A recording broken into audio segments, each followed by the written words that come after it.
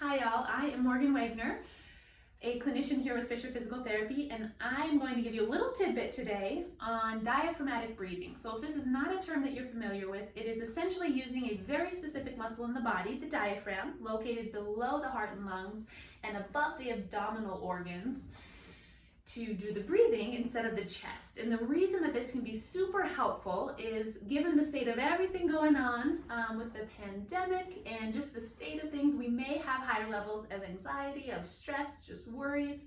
And that is what drives up our sympathetic nervous system. That's what a lot of people refer to as your fight or flight system.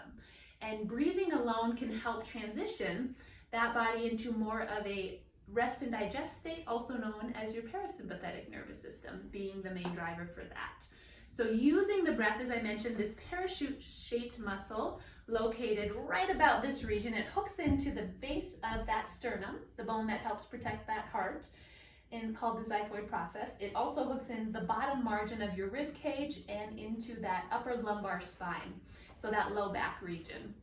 With the shape of this muscle, as it contracts, it actually pushes down when you breathe in, causing your abdomen to expand outward.